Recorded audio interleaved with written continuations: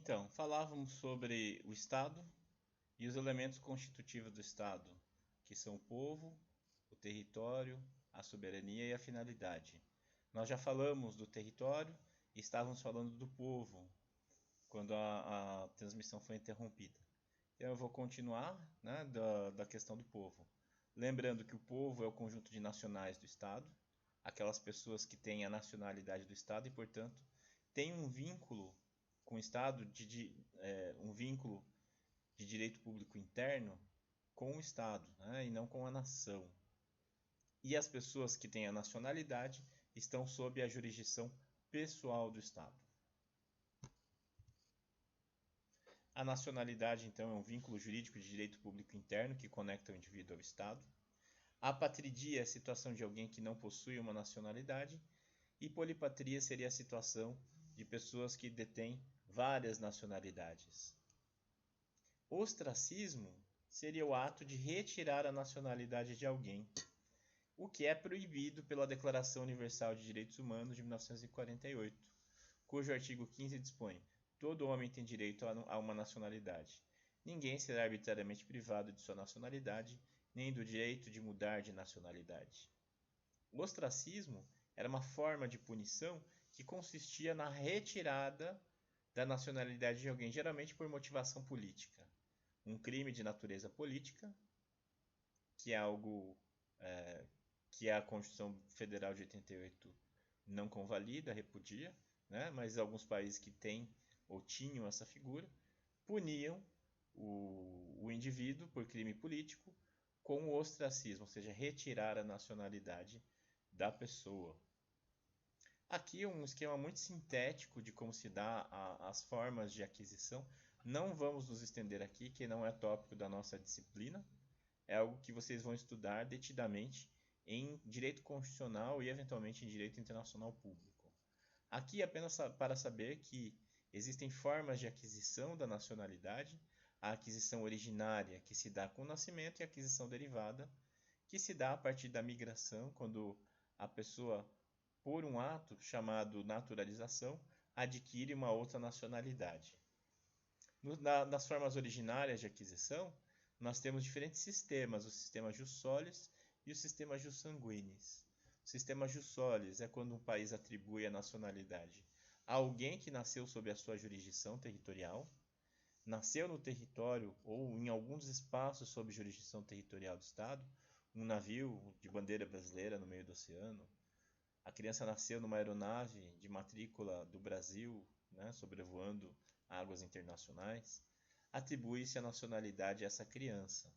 Então o Brasil adota a jus solis, o Brasil atribui a nacionalidade às crianças que nasceram sob sua jurisdição territorial. Enquanto que o sistema jus sanguinis implica a atribuição da nacionalidade pelo vínculo da ascendência. A pessoa faz jus à nacionalidade se tiver um ascendente, pai, mãe, avós, bisavós, enfim. O Brasil também adota o jus sanguinis, o Brasil adota o sistema misto. Alguns países adotam só o sistema jus sanguinis, por exemplo, os países da Europa. E a naturalização voluntária é quando a pessoa naturalmente se naturaliza em um país por um ato de vontade, e naturalização compulsória é quando a pessoa se naturaliza, adquire a nacionalidade de um país por obrigação, sem declarar a sua vontade. Por exemplo, quando a Constituição da República, em 1891, determinou que todos os cidadãos que viviam no Brasil se tornariam brasileiros, a menos que fossem até o cartório declarar a vontade de não sê-lo. Isso foi uma forma de naturalização compulsória. Então, o tema da nacionalidade é tratado no artigo 12 da Constituição Federal e também na nova Lei de Imigração e no seu decreto regulamentador. É um tema que vocês vão estudar mais detidamente em outras disciplinas.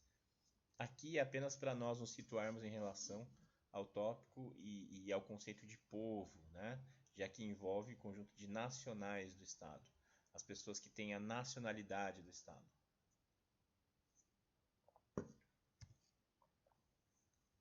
Soberania. Na antiguidade não existia o conceito de soberania. O Estado não encontrava oposição ao seu poder. A ideia de soberania vem da Paz de Westfália. Antes disso, na Idade Média, o conflito de jurisdições entre os diferentes poderes criou a necessidade de encontrar uma limitação ao poder. Então a gente não pode dizer que houvesse soberania na Idade Média. As diferentes jurisdições, os espaços que estavam sob domínio de nobres locais, de reis, num âmbito de fragmentação do poder político, ali buscava-se uma limitação até onde a jurisdição de um e começava a jurisdição do outro. E ali está o germen do que viria a ser a soberania, que só passa a ser reconhecida como tal, a concepção moderna de soberania, com a Paz de Westfália de 1648, que pôs fim à Guerra dos 30 Anos. Então, a partir dali, passou-se a reconhecer a soberania como um elemento essencial para o Estado. Quando o Sacro Imperador, do Sacro Império Romano Germânico, firmou a Paz de Westfália, ele reconheceu a soberania dos pequenos estados germânicos que estavam sob sua órbita de influência. E ele reconheceu que não mais procuraria subjugá-los, reconhecendo assim a sua soberania. Então aí surge a ideia de soberania, que chega até contemporaneamente.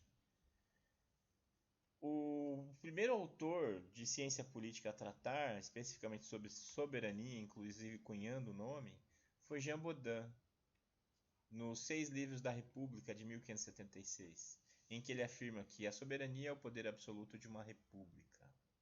Então foi o primeiro teórico a tratar do tema e responsável pelo termo. E ele caracteriza ainda a soberania, ele identifica algumas características do que seria a soberania. Ela deve ser una, indivisível, inalienável e imprescritível. Una, indivisível, inalienável e imprescritível. Una no sentido de única. Sobre o mesmo território não podem incidir duas soberanias. É aquele princípio da impenetrabilidade de que nós falamos antes. Indivisibilidade, porque a soberania não pode ser repartida. A soberania não pode ser dividida entre diferentes entes. No caso, a soberania é indivisível. E a teoria da divisão de poderes, de que a gente vai estudar ainda mais para frente, com base em Montesquieu, em que defende que há 3 poderes: poder executivo, legislativo e judiciário. Isso não implica uma divisão de soberania. A soberania é exercida pelos 3 simultaneamente, em harmonia.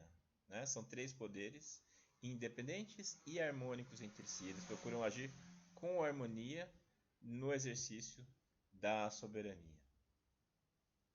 É inalienável porque a soberania não pode ser cedida. Se ela for cedida, o Estado não é soberano e, portanto, não é um Estado. Então, se a gente fala de uma soberania que pode ser delegada, a gente está falando de um ente que não tem soberania. Ela é inalienável. Inclusive, é por esse motivo que se considera que Porto Rico não é um Estado. A soberania de Porto Rico está alienada para os Estados Unidos, como se fosse uma terceirização. Os Estados Unidos são responsáveis por vários assuntos de Porto Rico, como política externa, defesa, forças armadas, política econômica, política monetária. Então é uma terceirização da soberania. Logo, Porto Rico não é um Estado, Porto Rico não detém soberania. E é imprescritível porque ela não pode ser exercida por um tempo limitado. A soberania tende ao infinito. No caso, Hong Kong britânica estava sob a soberania dos britânicos. No século XX, depois que foi feito um acordo de devolução de Hong Kong depois de 100 anos, como se fosse um arrendamento, não se poderia dizer que o Reino Unido exercia soberania sobre Porto Rico, porque havia um prazo prescricional, após o qual Hong Kong seria devolvida à China. Então, é um case aí, um caso interessante de se verificar. Para o filósofo, cientista político, pensador Ortega y Gasset, a soberania é a origem de todo o poder, de todo o Estado. Então é a partir da soberania que se pode falar em Estado. É um elemento tão importante que só a partir do momento que se configuraria a soberania é que estaria criado efetivamente o Estado. É uma pré-condição essencial para a existência do Estado, segundo Ortega y Gasset. Já Miguel Reale afirma que a soberania é o poder de organizar-se juridicamente e de fazer valer dentro de seu território a universalidade de suas decisões no limite dos fins éticos de convivência. Então, no caso, a soberania pressupõe aí a possibilidade de se organizar dentro do território e dentro de certos limites éticos de convívio, de convivência, como diz o Miguel Reale. E para o Bobbio, existiria uma concepção interna e uma concepção externa de soberania. A concepção interna diz que o Estado, sendo soberano, é a autoridade máxima dentro do seu território. Ninguém manda mais do que ele. A concepção externa diz que o Estado não se submete a nenhuma vontade externa, nenhuma força que não decorra dele próprio. Então, do ponto de vista interno, o Estado, sendo soberano, é a autoridade máxima no seu território. Do ponto de vista externo, o Estado, sendo soberano, não se submete a nenhuma vontade exterior a si próprio. Não se submete a nenhum poder estrangeiro. Então, o caso das joint ventures, a gente já falou em outra oportunidade. Situações de regime especial em que, sobre o mesmo território marinho, incidem duas soberanias. O direito comunitário europeu, muita gente considera que seria uma divisão, uma fragmentação da soberania.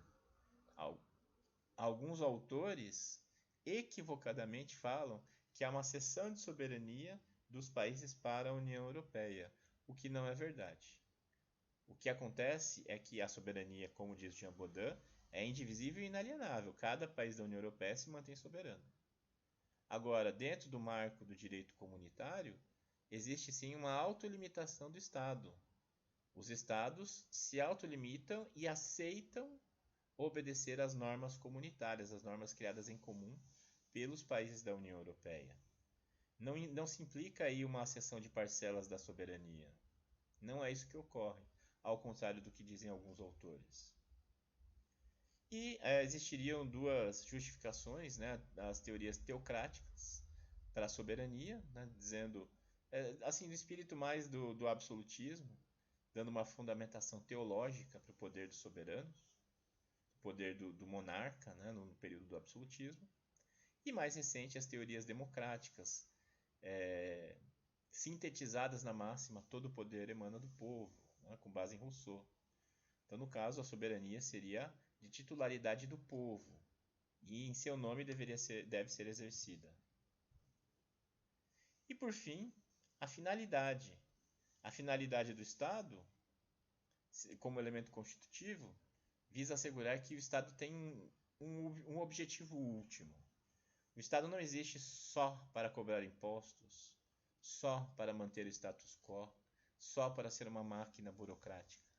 O objetivo último do Estado seria garantir o bem comum do seu povo. É essa a sua razão de ser. Esse é o motivo da sua existência. É por esse motivo que o Estado existe. Então, nesse sentido, o Estado busca prover os meios adequados para que todos os seus cidadãos possam desenvolver a plenitude de suas capacidades sociais e políticas, assim como proporcionar condições de vida social que favoreçam o desenvolvimento integral da pessoa humana. É para isso que existe o Estado, né? Para proporcionar a possibilidade de desenvolvimento integral da pessoa humana. Montesquieu tem uma opinião bastante, não vou chamar de polêmica, mas uma opinião severa a respeito do tema da finalidade. Para Montesquieu, o motor do Estado democrático é a virtude. Na monarquia, os que executam a lei se posicionam acima dela. Já em um Estado democrático, as leis devem ser executadas visando ao bem comum. Se assim não for, tal Estado deve ser dissolvido. Essa é uma paráfrase do fragmento do Montesquieu, do Espírito das Leis, em que ele diz que um Estado que não atende à sua finalidade deve ser dissolvido. É uma opinião bastante drástica. Então, o Estado que não atende à finalidade não tem um requisito, não tem por que existir. Para que ele vai existir se ele não tem por objetivo proporcionar o bem comum do seu povo? Inclusive, esse viés aí foi invocado, né, para justificar a Revolução Francesa, quando o Estado francês de matriz absolutista foi dissolvido, e com a justificativa de que era um Estado que não atendia ao bem comum do seu povo. Era um Estado forte que oprimia o povo, dava privilégios a certas classes sociais, a nobreza e o clero, e o povo não. E Guillermo O'Donnell, que é o cientista político argentino, identifica que no exercício, na busca da consecução da sua finalidade, o Estado visaria aí alcançar certas características positivas, né? No caso, princípios axiológicos ou realizações de natureza, como a eficácia, a efetividade e a credibilidade. Essas seriam as características almejadas pelo Estado. Então seria a eficácia da burocracia, já que o Estado é um conjunto de burocracias, a qualidade almejada é a eficácia. Já que o Estado também se consubstancia em um sistema jurídico, a qualidade almejada é o da efetividade desse sistema jurídico.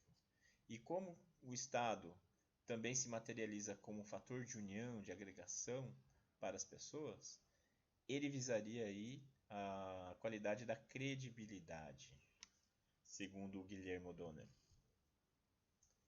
E por fim, a doutrina ainda considera que na consecução da sua finalidade, o Estado buscaria alcançar aí fins expansivos, fins limitados e fins relativos. Fins expansivos seria aquela situação quando o Estado amplia a sua intervenção na vida social. Um Estado que atua bastante na vida social. Fins limitados seria o Estado como garantidor. O Estado, por exemplo, o Estado liberal, o Estado que interfere pouco na sociedade, deixa os agentes econômicos se autorregularem, e ele apenas garante a segurança, garante a ordem. E relativos, quando haveria algum grau de intervenção, como o estado de bem-estar social, né? em que o Estado intervém na sociedade para garantir direitos, para assegurar o bem-estar de todos. Quanto nos fins expansivos, tem diversas configurações. Pode ser ditaduras, pode ser o Estado fascista, que intervém em todos os aspectos da vida social. Pode ser o Estado polícia. Então, há diferentes configurações aí identificadas pela doutrina. E esses casos que a gente elenca aí no final, Taiwan, Porto Rico, Saara Ocidental, França Revolucionária, Líbia, Palestina, Malvinas, Tibete, nós fomos vendo aí ao longo dos tópicos, né? Já abordei acho que todos eles em algum momento. E com isso encerramos então o conteúdo do Estado, tá bom? Então na próxima aula a gente vai estudar as formas de Estado. E aí nós entramos no tópico dos modos de organização do Estado. Vamos estudar a forma de Estado, forma de governo e sistema de governo nas próximas aulas. Sendo que em forma de Estado a gente ainda vai estudar os federalistas, tá? Ou a obra O Federalista, escrita a 6 mãos por três autores que tiveram relevância política nos Estados Unidos no momento de sua conformação como país. E esses são os temas das próximas aulas, ok? Encerramos por aqui. Obrigado pela atenção.